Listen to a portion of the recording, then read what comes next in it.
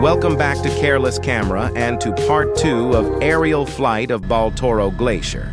If you haven't seen part 1 of this video, then stop right now and click to the banner on the top right of the screen or find the link in description of this video. Watch it and come back here.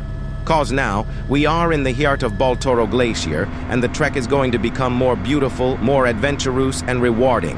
As we leave Urdukas, on our left is Muztagh Tower not visible, Lobsang not visible, and the mouth of Muztagh Glacier.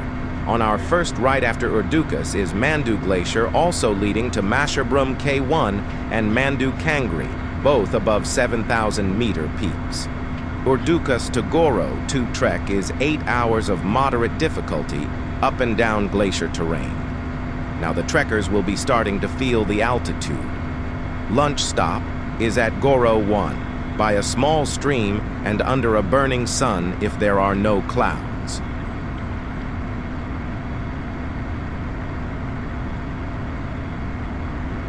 I have speed up this middle part between Urdukas and Goro 1. Now Goro 1 is visible in the middle of the glacier. Here most people have lunch for the day and enjoy the sights of Masherbrum through Yermanandi Glacier.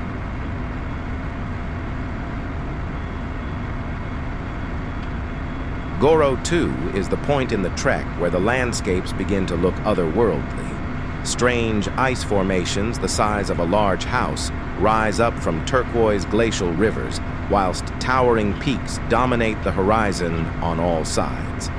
Expect spectacular views along the trail of Masherbrum. Gasherbrum IV and the summit tip of Broad Peak can be seen from just outside your tent.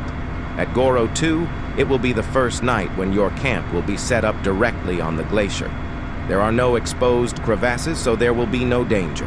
The main problem will be that it is much colder sleeping on ice than it is on the ground. You will spend the next few nights sleeping on the cold, icy glacier, but it will be totally worth it.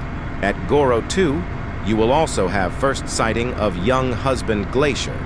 It was first crossed in 1888 by Sir Francis Young Husband, and it's the easiest route to China from Baltoro Glacier.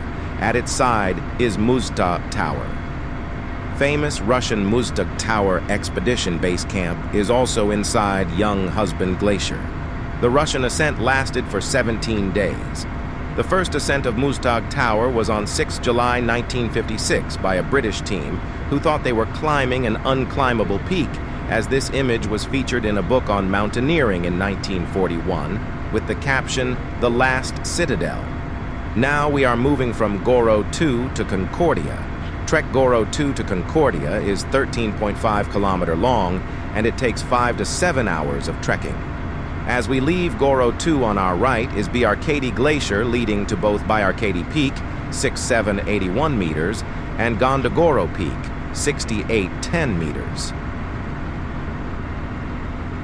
As you start trek from Goro 2, amazing views of Gasherbrum 4 are in front of you. Maitri Peak is on the right, Marble Peak is on your left, and Broad Peak come into view. Before Maitri Peak, 60-30 meters on the right, is the Nuading Glacier, which is 10.7 kilometers long and is on left of Mitre, 60-10 meters, not visible in this clip. These are two different peaks. The trail weaved its way between large seracs. Unlike many seracs, these are all stable with large bases, therefore, you won't be in danger of a serac collapsing as you walk beside them. Concordia Camp is located where Baltoro confluences with Upper Baltoro Glacier and Goodwin-Austen. Glacier joins on their side. As you reach near Concordia Camp, you could see the light brown rocks on Goodwin-Austen Glacier. This lighter-colored moraine adds contrast to the gray scree you had been walking on for the last 4 days.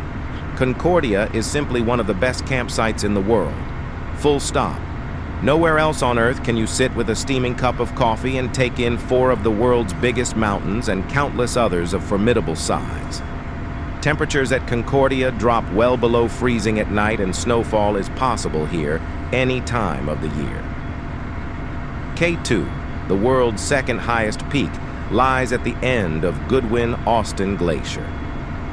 Once you are arriving at Concordia Camp, you will be treated to a teaser view of its summit. The K2 base camp trek is one of the most rewarding active adventures one can embark on in Pakistan. I have tried to tell as much details about it as possible in these two parts. Here at Concordia, I am going to end my video.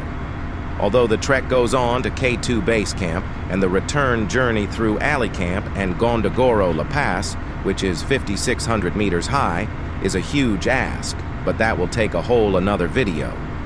If you have watched this video until the end, then do like this video, as well as share it with like-minded people and subscribe to Careless Camera. Thanks for watching and see you next time.